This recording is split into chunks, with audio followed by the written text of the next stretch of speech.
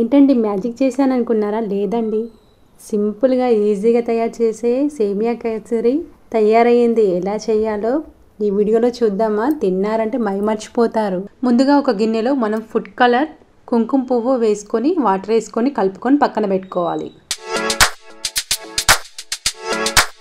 ఇప్పుడు ఒక ప్యాన్ పెట్టుకొని దాంట్లో ఒక 2 స్పూన్స్ నెయ్యి వేసుకొని డ్రై ఫ్రూట్స్ వేయించుకోవాలి.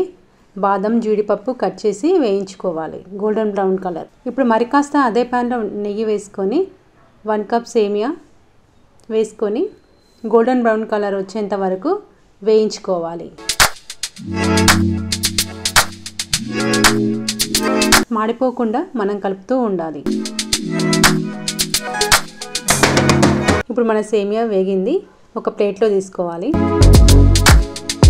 అదే ప్యాన్లో 1 కప్ సేమియాకి 2 కప్స్ వాటర్ తీసుకోవాలి.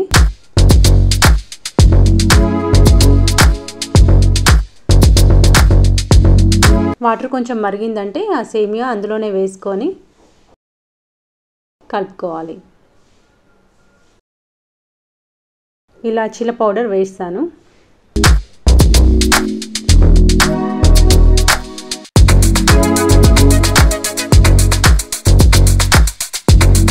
ముందుగా మనం రెడీ చేసి పెట్టుకున్న ఫుడ్ కలర్, కుంకుమ పువ్వు కూడా వేసుకొని కలుపుకోవాలి.